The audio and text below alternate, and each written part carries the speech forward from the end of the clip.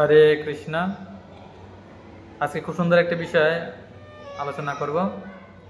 এই জগতে তিন ধরনের প্রেমিক রয়েছে, তিন ধরনের লাভার, থ্রি কাইন্ডস অফ লাভার। তো আজকের এই ভিডিওতে আমরা জানবো যে তিন ধরনের প্রেমিক কে বা কারা, এবং কারা সর্বশ্রেষ্ঠ, কে সর্বশ্রেষ্ঠ, কোন ধরনের প্রেমিক সর্বশ্রেষ্ঠ। শ্রীমদ্ ভাগবতমের দশম স্কন্ধের 32তম অধ্যায়, যেখানে কৃষ্ণ এবং গোপীদের পুনর্মিলন হয়েছে, সেখানে গোপিকারা একটা প্রশ্ন করছে কৃষ্ণের কাছে। প্রশ্নটা হচ্ছে এইরকম যে এই জগতে কিছু মানুষ আছে যে তাদেরই ভালোবাসে, যারা তাদের ভালোবাসে, অর্থাৎ কেউ যদি কাউকে তাদেরকে ভালোবাসে তখন তারা বিনিময়ে রিসিপিকট করে ভালোবাসে। এবং কিছু আছে অন্য কেউ ভালো না বাসলেও সে ভালোবেসে যাবে, মানে ভালোবাসবে। মানে যারা ভালো নাও বাসে তারপরেও তাদেরকে ভালোবাসবে। এটা সেকেন্ড টাইপ। থার্ড টাইপ হচ্ছে কি না, যারা ভালোবাসা পেলেও ভালোবাসে না। অর্থাৎ কিছু মানুষ রয়েছে যারা কারো প্রতি ভালোবাসা প্রদর্শন করে না, ভালোবাসা পেলেও ভালোবাসে না, ভালোবাসা না পেলেও ভালোবাসে না। এ ধরনের কিছু মানুষ আছে, মানে রিসিপ্রোকেশন পেলেও রিসিপ্রোকেট করে না, আর রিসিপ্রোকেশন না পেলেও রিসিপ্রোকেট করে না। এই শ্লোকটি যখন বলল, এবার প্রশ্ন করলো গোপিকারা কৃষ্ণকে যে এটার উত্তর কি। হ্যাঁ, এই সম্বন্ধে জানতে চাই। কৃষ্ণ তখন ভগবান উত্তর দিচ্ছেন যে কিছু শরীর আছে, কিছু মানুষ আছে জগতে যারা নিজেদের লাভের আশায় পরস্পরকে ভালোবাসা প্রদর্শন করে, তারা প্রকৃতপক্ষে স্বার্থপর। কিছু মানুষের কীরকম, যা ভালোবাসার লাভের জন্য আপনাকে ভালোবাসবে, সেটা হচ্ছে তাদের আশা আছে, কোনো আশা বা বাসনা, তো তারা আছে স্বার্থপর। তাদের মধ্যে সত্যিকারে কোনো সৌহার্দ্য নেই, ধর্ম নেই। প্রকৃতপক্ষে তারা যদি নিজেদের লাভের কথা না করতো, তারা পারস্পরিক ভালোবাসা বিনিময় করতো না। কৃষ্ণ বলছেন কেউ ভালোবাসা পেলে ভালোবাসা দিচ্ছে, অর্থাৎ তাদের আশা আকাঙ্ক্ষা আছে ভালোবাসা যদি কারো থেকে পায় তখন ভালোবাসা দিবে, বা অন্য কাউকে ভালোবাসবে কখন, যখন সে কারো থেকে ভালোবাসা পাচ্ছে।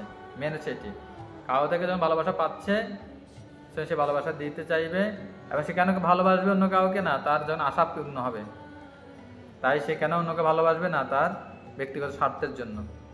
এটা হচ্ছে প্রথম ধরনের ব্যক্তি। তখন দ্বিতীয়বার ব্যক্তি হচ্ছে কীরকম, যারা মানুষ রয়েছে যারা প্রকৃত অর্থে করুণাপ্রবণ, কারণিক। এর উদাহরণ দিয়ে বলছে এটা হচ্ছে কি, যারা ভালোবাসা আপনাকে, মানে কেউ লোক আছে যদি ভালো কেউ নাও ভালোবাসে, সে ভালোবাসবেই, তাকে স্নেহ করবেই, তার কল্যাণ করবে, আকাঙ্ক্ষা করবে। তারা হচ্ছে যেমন পিতা মাতা। স্বাভাবিকভাবে সন্তানরা যদিও প্রতিদান করতে ব্যর্থ হয়, কিন্তু পিতামাতা সবসময় সন্তানে ভালোবাসে, সন্তানকে মঙ্গল চায়। তাই এই জগতে এই পিতামাতার ভালোবাসাটা হচ্ছে টপমোস্ট, মানে কৃষ্ণ প্রেমের, এবং কৃষ্ণ তো নিঃস্বার্থ ভালোবাসছেন, সুহৃদম সর্বভূতানাং। কিন্তু কৃষ্ণের মধ্যে কোনো স্বার্থ নেই। কিন্তু এই জগৎ তথাকথিত যত ভালোবাসা আছে, আমরা তো এই জগতে প্রেম নামে যাহা কিছু হচ্ছে কাম। হ্যাঁ, আত্মা ইন্দ্রিয় প্রীতি বাঞ্ছে তারে বলে কাম, কৃষ্ণ ইন্দ্রিয় প্রীতি ধরে প্রেম নাম। কৃষ্ণের সেবার জন্য বা কৃষ্ণ খুশি করার জন্য যে ভালোবাসা, সেটা হচ্ছে প্রকৃত প্রেম। আর যত প্রেম নামে চলে সব হচ্ছে কাম। কিন্তু পিতামাতার যে ভালোবাসা, সেটা ধরা যায় 90% খুব খাঁটি। এই ধরনের বলা হচ্ছে পিতামাতা স্বাভাবিকভাবে স্নেহপরায়ণ। এই ধরনের মানুষেরা যারা প্রতিদানে ব্যর্থ মানুষদের একনিষ্ঠভাবে সেবা করে, তারাই ধর্মের প্রকৃত নির্ভুল পথ অনুসরণ করছে, আর তারাই সত্যিকারের শুভাকাঙ্ক্ষী। এখন দেখুন, ছেলে মেয়েকে পিতামাতা কত ভালোভাবে, কত যত্ন সহকারে মানুষ করে, কিন্তু বর্তমান পরিস্থিতি যুগে দেখা যাচ্ছে পিতামাতাকে বৃদ্ধাশ্রমে দিচ্ছে, জেল হাজতে মামলা করে ঢুকাচ্ছে, কতভাবে নির্যাতন করছে, নিজে প্রহার করছে, মানে অনেক দুর্দশা দিচ্ছে, নির্যাতন করছে, তারপরে পিতামাতা সন্তানের মঙ্গল চায়। কয়েকদিন আগে একটা ভিডিও দেখলাম যে ছেলেকে পুলিশে ধরে নিয়ে গেছে, কেন ছেলে তাকে নির্যাতন করেছিল, কিন্তু পিতা বলছে না, ছেলে তো ভুল করেছে, তাকে ছেড়ে দেওয়া হোক। মানে কীভাবে ভালোবাসে দেখুন, ছেলের আবার মুক্তি চাচ্ছে। এরপরে ভগবান উত্তর দিচ্ছে কিছু মানুষ আছে যারা আত্মসুখী, আত্মকাম, অকৃতজ্ঞ এবং গুরুদ্রোহী। এই ধরনের মানুষেরা ভালোবাসা প্রদানকারীকেও ভালোবাসে না। বলছে শত্রু ভাবাপন্নদের আর কি কথা, কি বলার আছে। ভজতোপি নবৈ কেচিৎ ভজন্তি অভজত কুতঃ আত্মারামাহি আপ্তকামা অকৃতজ্ঞা গুরুদ্রোহ। দেখুন এখানে বলছে আত্মসুখী, যে সবসময় নিজের সেন্স, আমি কীভাবে লাভ, আমার কিসে লাভ হবে সেটা দেখবেন, সে অন্য কাউকে ভালোবাসবে না। আপ্তকাম এবং অকৃতজ্ঞ গুরুদ্রোহী। অকৃতজ্ঞ এবং গুরুদ্রোহী, মানে গুরু এত উপকার, গুরুর জন্য ঋণ শোধ করা যাবে না, কিন্তু স্বার্থের কারণে গুরুদ্রোহের মতো আচরণ করবে, এ ধরনের ব্যক্তি এই জগতে আছে। মানে গুরু অনিষ্ট করা, গুরু সোসাইটি অনিষ্ট করা, গুরুর মিশনকে ক্ষতি করার চেষ্টা করবে, এ ধরনের ব্যক্তি হচ্ছে তিন নম্বর ব্যক্তি, এটাকে বলা হচ্ছে গুরুদ্রোহী। তাই বলা হচ্ছে এই তিন ধরনের মানুষ এই জগতে রয়েছে। তাই কিছু মানুষ রয়েছে যারা পারমার্থিকভাবে আত্মসন্তুষ্ট হওয়ার জন্য অন্যদের সঙ্গে ভাব বিনিময় করে না, কারণ তারা যারা জাগতিক সম্পর্কের বন্ধন এড়িয়ে থাকতে চায়। অন্যান্য ব্যক্তিরা কেবল ঈর্ষা ও অহমিকা বশত ভাব বিনিময় করে না। কিছু মানুষ আছে ঈর্ষা অহমিকা, খুব দম্ভ গর্বায় তোমার সাথে কথা বলার সময় নেই, ভাব বিনিময় করবে না।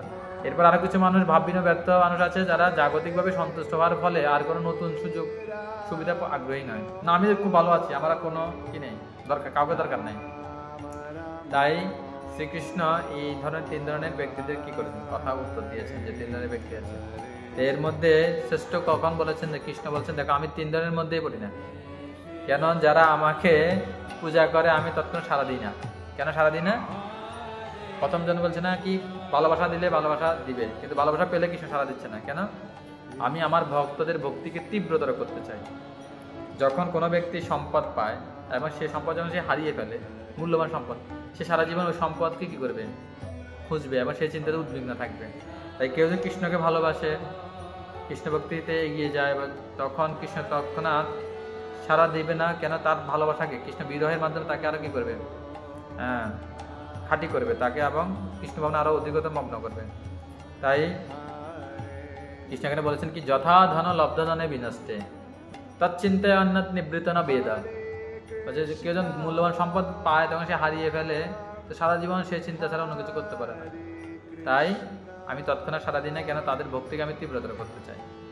এরপরে ভগবান বলেছেন কি, খুব সুন্দর তাৎপর্যের মধ্যে বলা হচ্ছে যে একজন ঐকান্তিক ভক্ত সকল সময় ভগবানের কাছে প্রার্থনা করছেন, দয়া করে তোমাকে শুদ্ধভাবে ভালোবাসার জন্য আমাকে সাহায্য করো। এটা আমাদের প্রার্থনা করা উচিত যে হে কৃষ্ণ, আমি যেন আপনাকে বলা যায় কি আনইন্টারাপ্টেড, আনকন্ডিশনাল, অর্থাৎ অহেতুকি অপ্রতিহতা সেবা করতে পারি, হেতু ছাড়া, এবং আমি যেন আপনাকে ভালোবাসতে পারি, সেভাবে আমাকে সাহায্য করুন। তাই ভগবানের তথাগত অবহেলা হচ্ছে ভগবানের কি কৃপা। ভক্তদের প্রার্থনা পূর্ণ করা হচ্ছে ভগবানের কৃপা। এবার ভগবান কি করেন, ভক্তকে আরো আগ্রহী করেন। এরপরে ভগবান খুব সুন্দর করে বলছেন যে তোমরা হচ্ছে শ্রেষ্ঠ কেন? তোমরা আমার জন্য লোকাচার, বৈদিক নির্দেশ, আত্মীয় স্বজনদের পরিত্যাগ করেছ, তা সত্ত্বেও আমার প্রতি তোমাদের অনুরাগ বর্ধিত হবে বলে আমি তোমাদের দৃষ্টির অবদ্ধ হয়েছিলাম। এত কিছু করার পর আমি তোমাদের থেকে চলে গিয়েছিলাম, অদৃশ্য হয়ে গেছিলাম। তাই আমার প্রতি তোমরা অসন্তুষ্ট হয়েও না। তাই আমি তোমাদের ঋণ শোধ করতে পারবো না। আর তোমাদের যে ডেডিকেশন, সেটাই হচ্ছে তোমাদের পুরস্কার। এটা খুব সুন্দর একটা শ্লোক আছে, না পারায়াহম নিরবদ্ধ সংযুজাম না সাসাধু কীর্তম বিবুধায়ুষ পিবা জামাবজন দুর্যোগে শৃঙ্খলা সংবিচ্ছ তৎপদ প্রতিজাত সাধনা। যে আমার জন্য তুমি দুর্জয় গৃহ শৃঙ্খল সব ত্যাগ করেছ, তাই সংবিচ্ছ তৎপদ প্রতিজাত সাধনা। তোমরা যে আমার আরাধনা করেছ, তোমাদের মহিমান্বিত কার্যই তোমাদের প্রতিদান। অর্থাৎ আমার জন্য তোমরা যা কিছু করেছো সেটাই তোমাদের কাজের প্রতিদান। আমি আর কিভাবে পুরস্কৃত করবো? কৃষ্ণ এভাবে বলছেন, আমি 3 ক্লাসের 15 মধ্যে পড়ি। আমরা আজকে জানলাম যে 3 ধরনের প্রেমিক বা ভালো, মানে যারা ভালোবাসে কিরকম, সেটা জানলাম। তা আমাদের আসলে প্রকৃতভাবে কৃষ্ণকে ভালোবাসা উচিত। জগতে তথাকথিত যে ভালোবাসা, যে প্রেমিক প্রেমিকা, বা আমরা জানা শুধু প্রেমিক প্রেমিকাই নয়, পিতা মাতা, আত্মীয়, বন্ধুবর্গ, সমাজ, অনুসারী, কলিগ, কেউই কি হবে না প্রকৃত ভালোবাসা, প্রকৃত কি বলে আপনাকে প্রকৃত মঙ্গল বা কল্যাণ করতে পারবে না একমাত্র ভগবান কৃষ্ণচন্দ্র। তাই আসুন আমরা ভগবান কৃষ্ণচন্দ্রকে প্রকৃতভাবে ভালোবাসি। যদিও তিনি সাড়া না দেন, সেটিও তার কৃপা। কেন? তিনি আমাদের ভক্তি, আমাদের আগ্রহ, আমাদের অভিপ্রায়কে আরও তিনি ত্বরান্বিত করেন, বর্ধিত করেন, যেন আমরা অসহিষ্ণু না হই এবং কৃষ্ণ ভাবনার পথ থেকে বিচ্যুত না হই বা কৃষ্ণ ভাবনাকে ছেড়ে না দিই। হরে কৃষ্ণ।